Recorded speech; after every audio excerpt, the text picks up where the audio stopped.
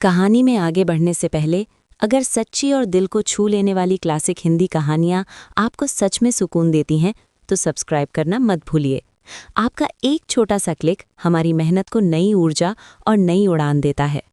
तो चलिए अपने दिल को थाम लीजिए, क्योंकि आज का सफ़र आपको भावुक कर देगा। आज हम आपको सुनाने जा रहे हैं कथा सम्राट मुंशी प्रेमचंद जी की एक ऐसी मर्मस्पर्शी कहानी जो समाज के खोखले रीति रिवाजों और झूठी शान के नाम पर होने वाले अन्याय की पोल खोलती है। इस कहानी का नाम है मृतक भोज। कहानी की शुरुआत होती है एक भारी और उदास शाम से। सेठ रामनाथ, जो कभी शहर के जाने माने व्यापारी हुआ करते थे, आज रोगशैया पर पड़े अपनी अंतिम सांसें गिन रहे थे। उनके कमरे में दवाओं की तीखी गंध और मौत की खामोशी पसरी हुई थी। खिड़की से आती हुई डूबते सूरज की लाल रोशनी उनके पीले पड़ चुके चेहरे पर पड़ रही थी। रामनाथ ने अपनी पथराई हुई आंखों से अपनी पत्नी सुशीला की ओर देखा। सुशीला, जो अभी जवानी की दहलीज पर ही थी, लेकिन जिसके चेहरे पर समय से पहले ही चिंताओं की झुर्रियां आ गई थीं। वो सिर झुकाए उनके पैरों के पास बैठी उन्हें धीरे धीरे दबा रही थी। उसकी आंखों में आंसू सूख चुके थे। बस एक वीरान सा सन्नाटा था। रामनाथ ने कांपते हुए हाथ से सुशीला का हाथ थामने की कोशिश की और क्षीण स्वर में बोले, सुशीला, मैं बड़ा अभागा हूँ। मेरे साथ तुम्हें सदैन ही दुख भोगना पड़ा। जब घर में कुछ न था, गरीबी थी, तो तुम रात दिन गृहस्थी के धंधों में पिसती रहीं, बच्चों के लिए मरती रहीं। और जब जरा कुछ संभला, 2 पैसे हाथ में आए और तुम्हारे आराम करने के दिन आए, तो मैं तुम्हें मंझधार में छोड़कर जा रहा हूँ। रामनाथ की सांसें उखड़ने लगीं। उन्हें खांसी का दौरा पड़ा। सुशीला ने तरप कर उन्हें पानी पिलाया और रोते हुए बोली, ऐसी बातें ना करो, आप ठीक हो जाएंगे, डॉक्टर ने कहा है। रामनाथ ने फीकी हंसी हंसी। डॉक्टर को कहने दो सुशीला, मैं जानता हूँ बुलावा आ गया है, लेकिन मुझे मौत का डर नहीं है। मुझे डर है तो बस इस बात का कि मेरे बाद तुम्हारा और इन मासूम बच्चों का क्या होगा। जो कुछ जमा पूंजी थी वो तो मेरे बीमारी ने निगल ली। अब तुम्हारे पास क्या बचा है? बस ये मकान, इसे मत बेचना सुशीला। चाहे भूखों मर जाना, पर छत मत गंवाना। इसी से तुम्हारा जीवन किसी तरह कट जाएगा। सेठ जी की नज़र कोने में खेल रहे अपने दोनों बालकों मोहन और सोहन पर पड़ी। वे दोनों अभी अबोध थे, नहीं जानते थे कि उनके सिर से पिता का साया उठने वाला है। छोटा सोहन एक खिलौने के लिए मचल रहा था। सेठ जी की आंखों में आंसू आ गए। बोले, सुशीला, उसे वो खिलौना मंगवा दो ना, बेचारा कब से रो रहा है। मेरे पास अब देने को कुछ नहीं बचा। क्या क्या अरमान थे दिल में, बच्चों को पढ़ाऊंगा, बड़ा आदमी बनाऊंगा, सब धूल में मिल गए। सुशीला का कलेजा मुंह को आ गया। उसने अपना आंचल मुंह में दबा लिया ताकि रोने की आवाज बाहर ना आए। धन को उसने हमेशा प्राणों से भी प्रिय समझा था। एक एक पैसा जोड़कर रखा था, लेकिन अंत में डॉक्टर और हकीमों ने सब खा लिया। और अब ये कठोर सत्य बनकर आंखों के सामने खड़ा था कि उसके पति के पास वक्त नहीं है। रात गहरी होती गई और फिर वो घड़ी आ ही गई जिसका डर था। रामनाथ ने एक लंबी हिचकी ली और हमेशा के लिए अपनी आंखें मूंद लीं। सुशीला की दुनिया उजड़ गई। उसकी चीख से रात का सन्नाटा टूट गया। बच्चे जो सो रहे थे जागकर रोने लगे, बाबूजी, बाबूजी। सुबह हुई, खबर आग की तरह फैल गई। रामनाथ नहीं रहे। बिरादरी के लोग जो उनकी बीमारी में कभी झांकने भी नहीं आए थे, आज हमदर्दी का मुखौटा पहनकर जमा होने लगे। सुशीला आंगन में बैठी रो रही थी। तभी किसी ने द्वार पर आवाज दी, महारानी, सेठ धनीराम जी आए हैं। सुशीला का भाई संतलाल, जो अपनी बहन की खबर सुनकर दौड़ा आया था, एक क्षण के लिए खड़ा हो गया। उसने सोचा, आखिर बिरादरी के मुखिया हैं ये लोग, इस मुसीबत की घड़ी में यही सहारा देंगे। धन्य है ये लोग जो दूसरों के दुख में भागीदार बनते हैं। सुशीला ने अपने आंसू पोंछे, लंबा घूंघट काढ़ा और ड्योढ़ी में आकर खड़ी हो गई। देखा तो सेठ धनीराम के साथ बिरादरी के और भी कई सज्जन थे। सेठ कुबेरदास, जिनका पीठ उनकी अमीरी की गवाही दे रहा था, सेठ भीमचंद, जिनकी आंखों में धूर्तता थी, और सेठ झाबरमल, जो शहर के सबसे बड़े सूदखोर थे। धनीराम ने बनावटी दुख के साथ कहा, बेटी सुशीला, हम लोगों को जितना दुख हुआ है वो हमारा दिल ही जानता है। रामनाथ हमारा भाई था, अभी उसकी उम्र ही क्या थी, लेकिन भगवान की इच्छा के आगे किसकी चलती है। अब तो हमारा यही धर्म है कि उसकी आत्मा की शांति के लिए जो कुछ बन पड़े करें। सुशीला सुबकती रही। कुबेरदास ने अपनी भारी आवाज में कहा, हाँ बेटी, अब जो होना था हो गया। अब तो हमें रामनाथ की मर्यादा का ध्यान रखना है। उसकी नाक ना कटे। बिरादरी में उसका बड़ा नाम था।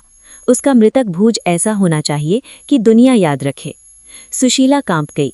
मृतक भोज? उसके पास तो कफन के लिए भी बमुश्किल पैसे थे।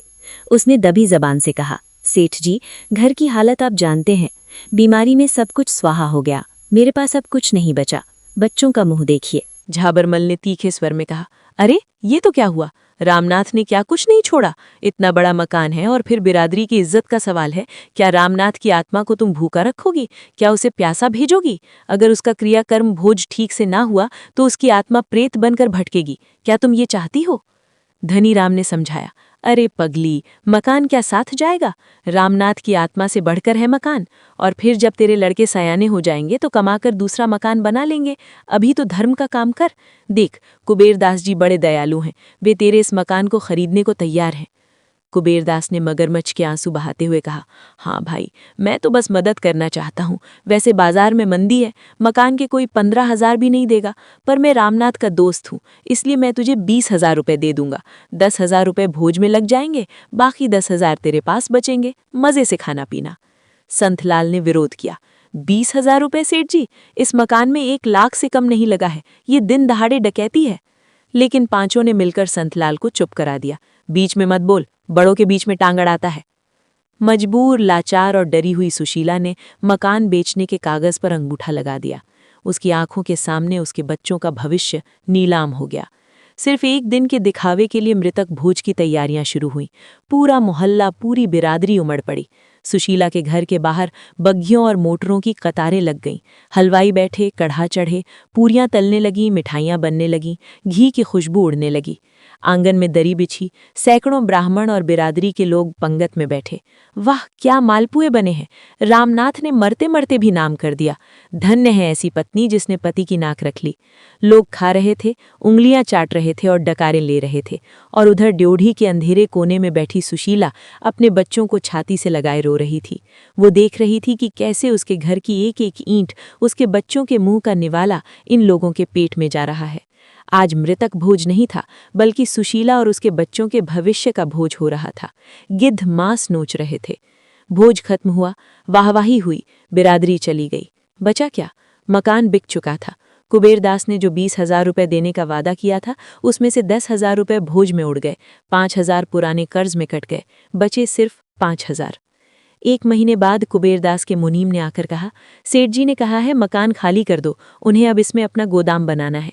सुशीला रोई, गिड़गिड़ाई, अभी तो महीना भी नहीं हुआ, थोड़ा वक्त और दे दो, मैं कहाँ जाऊंगी? मुनीम ने रूखेपन से कहा, ये मैं नहीं जानता। सेठ जी का हुक्म है, कल शाम तक खाली कर देना, वरना सामान सड़क पर फेंक दिया जाएगा। अगले दिन सुशीला अपने 2 छोटे बच्चों और एक गठरी के साथ उस आलीशान घर से निकली जिसे उसके पति ने बड़े अरमानों से बनवाया था। वो घर जिसकी हर दीवार में उसकी यादें थीं। उसने मुड़कर देखा, कुबेरदास का ताला लटक रहा था। वो एक पड़ोसी के छोटे से सीलन भरे कमरे में किराए पर रहने चली गई। किराया था ₹10, लेकिन वो भी उसके लिए पहाड़ था। वक्त बीतने लगा। जो 5,000 रुपये बचे थे बच्चों की बीमारी और खाने पीने में धीरे धीरे खत्म होने लगे। सुशीला ने सिलाई कढ़ाई शुरू की, चक्की पीसी, लेकिन 2 बच्चों का पेट भरना और किराया देना मुश्किल हो रहा था। 3 साल बीत गए। सुशीला की हालत बद से बदतर हो गई थी। वो अब हड्डियों का ढांचा बन चुकी थी। बड़ा बेटा सोहन, जो अब 10 साल का था, स्कूल छोड़कर एक दुकान पर छोटू का काम करने लगा था। एक दिन मकान मालिक, जो उसी बिरादरी का प्रतिष्ठित व्यक्ति था और जिसने मृतक भोज में खूब पूरियां उड़ाई थीं, आया। उसने चिल्लाकर कहा, सुशीला, 3 महीने का किराया बाकी है, 30 रुपए आज दे दे, वरना निकल जा मेरे घर से। मैं कोई धर्मशाला नहीं चला रहा। सुशीला ने हाथ जोड़कर कहा, सेठ जी, थोड़ी मोहलत दे दो, सोहन को तनख्वाह मिलने वाली है। सेठ ने गंदी नज़र से उसकी 13 साल की लड़की रेवती को देखा, जो कोने में सहमी खड़ी थी। बोला, अच्छा, ये लड़की तो सयानी हो गई है, कहीं इसकी सगाई की बातचीत नहीं की? सुशीला कांप गई। अभी तो बच्ची है सेठ जी, और मेरे पास पैसे कहाँ हैं शादी के लिए? सेठ ने हंसते हुए कहा, पैसे की क्या चिंता, मैं हूं ना। मेरी नज़र में एक लड़का है, थोड़ा उम्र दराज है, 50 का होगा, लेकिन मालदार है। तेरी बेटी राज करेगी और तेरा सारा किराया भी माफ हो जाएगा। बोल, है मंजूर?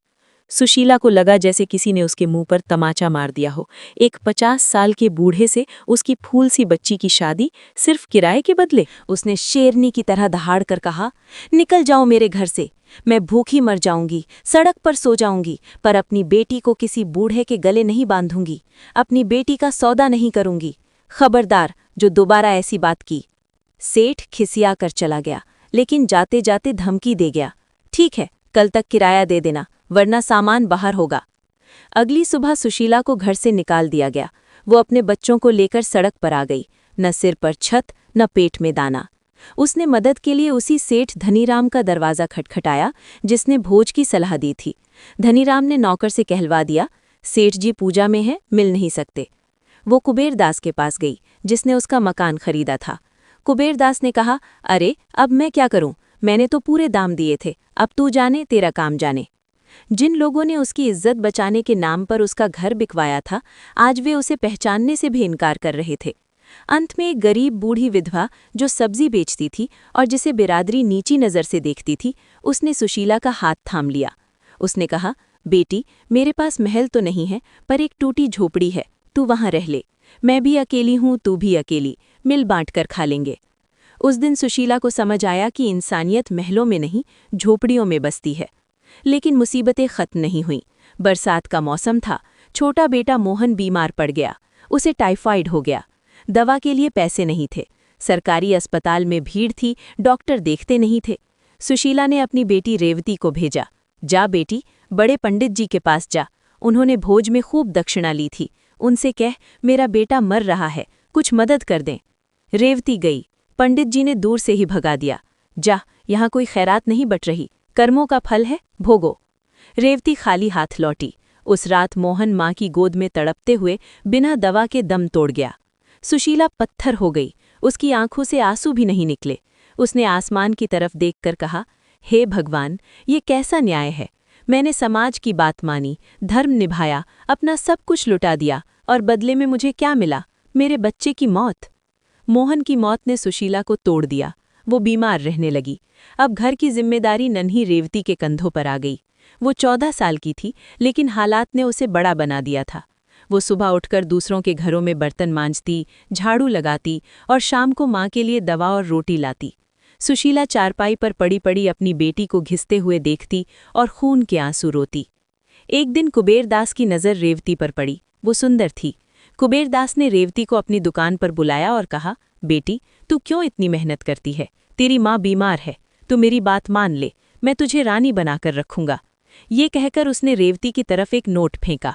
रेवती, जो अब तक चुप थी, उसका खून खौल उठा। उसने वो नोट उठाया और कुबेरदास के मुंह पर दे मारा। उसने चिल्लाकर कहा, सेठ, हम गरीब जरूर हैं, पर बिकाऊ नहीं। अपनी गंदी दौलत अपने पास रखो। जिस बिरादरी ने मेरे भाई को मरने दिया, जिसने मेरी माँ को जिंदा लाश बना दिया, उस बिरादरी पर और तुम पर मैं थूकती हूँ। रेवती वहां से भाग आई। कुबेरदास का अहंकार चोटिल हो गया। उसने बिरादरी में पंचायत बुलाई। भाइयों, रामनाथ की लड़की हाथ से निकल गई है, वो आवारा हो गई है, बड़ों का सम्मान नहीं करती। हमारा धर्म है कि हम उसे सही रास्ते पर लाएं, क्योंकि वो नाबालिग है, माँ बीमार है, इसलिए बिरादरी का उस पर हक है। हम उसकी शादी कर देंगे। पंचायत ने फैसला सुनाया। रेवती की शादी सेठ झाबरमल, वही 50 साल का बूढ़ा से कर दी जाए। ये उसके भले के लिए है। जब ये खबर सुशीला तक पहुंची तो उसमें न जाने कहां से इतनी ताकत आ गई। वो लड़खड़ाते हुए उठी। उसने रेवती का हाथ पकड़ा और बोली, नहीं बेटे, अब और नहीं।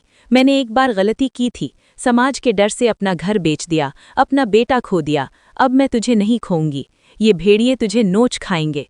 रेवती रो रही थी, माँ, हम क्या करेंगे? ये लोग जबरदस्ती ले जाएंगे। सुशीला ने उसकी आंखों में देखा, हम वहां जाएंगे जहां इनकी पहुंच नहीं है, जहां सिर्फ शांति है। उस रात घना अंधेरा था, बारिश हो रही थी। सुशीला और रेवती चुपचाप झोपड़ी से निकली। वे गंगा किनारे पहुंची। नदी उफान पर थी, लहरें शोर मचा रही थीं। सुशीला ने रेवती को गले लगाया। डर तो नहीं लग रहा बेटी? रेवती ने माँ के सीने में सिर छुपा लिया।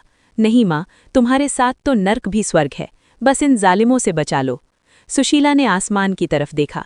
हे ईश्वर, हमें अपनी शरण में ले ले, इस दुनिया में गरीबों के लिए कोई जगह नहीं है। और फिर एक छपाक की आवाज़ आई और सब शांत हो गया। अगली सुबह गंगा किनारे 2 लाशें मिली, एक माँ की और एक बेटी की। वे एक दूसरे के गले से लिपटी हुई थीं। कुबेरदास, धनीराम और बिरादरी के लोग वहां पहुंचे। कुबेरदास ने लाशों को देखकर कहा, चलो अच्छा हुआ, बिरादरी की बदनामी तो न होगी, खुद ही मर गईं। धनी राम ने कहा, हाँ, कर्म ही ऐसे थे, अब इनका क्रियाकर्म कर दो ताकि पाप ना लगे। लेकिन वहां खड़ा संत लाल, जो अब तक चुप था, आज फट पड़ा। उसने चिल्लाकर कहा, बंद करो ये नाटक, तुम लोगों ने इन्हें मारा है, ये आत्महत्या नहीं, हत्या है। तुम सबके हाथों पर इनका खून है। तुम लोगों ने इज्जत के नाम पर एक हंसते खेलते परिवार को खा लिया। पहले बाप को लूटा, फिर बेटे को दवा के बिना मारा, और आज माँ बेटी को नदी में कूदने पर मजबूर कर दिया। धिक्कार है तुम पर, धिक्कार है ऐसी बिरादरी पर। संतलाल की आवाज गूंज रही थी, लेकिन सुनने वाले बहरे थे। वे अपनी नाक बचाने में लगे थे। पर इतिहास गवाह है और ऊपर वाला देख रहा है। सुशीला और रेवती की वो खामोश चीखें आज भी समाज से एक ही सवाल पूछती हैं, क्या इंसान की जान से बढ़कर है ये झूठी शान? क्या एक भोज के लिए किसी का घर उजाड़ना धर्म है? दोस्तों, मुंशी प्रेमचंद की ये कहानी मृतक भोज सिर्फ एक कहानी नहीं, एक आईना है। आज भी हमारे समाज में दिखावे के नाम पर शादियों और मौत के भोज में लाखों रुपए बर्बाद किए जाते हैं, चाहे उसके लिए घर ही क्यों न बेचना पड़े। कब समझेंगे हम कि असली श्रद्धांजलि भोजन कराने में नहीं, बल्कि उस परिवार को सहारा देने में है जो अपना सब कुछ खो चुका है। उम्मीद है ये कहानी आपको पसंद आई होगी। अगर ऐसी कहानियां सुनकर आपको कुछ महसूस होता है तो लाइक करें और अपनी राय कमेंट में ज़रूर लिखें। मिलते हैं अगली कहानी में, तब तक के लिए खुश रहें और नेक बनें।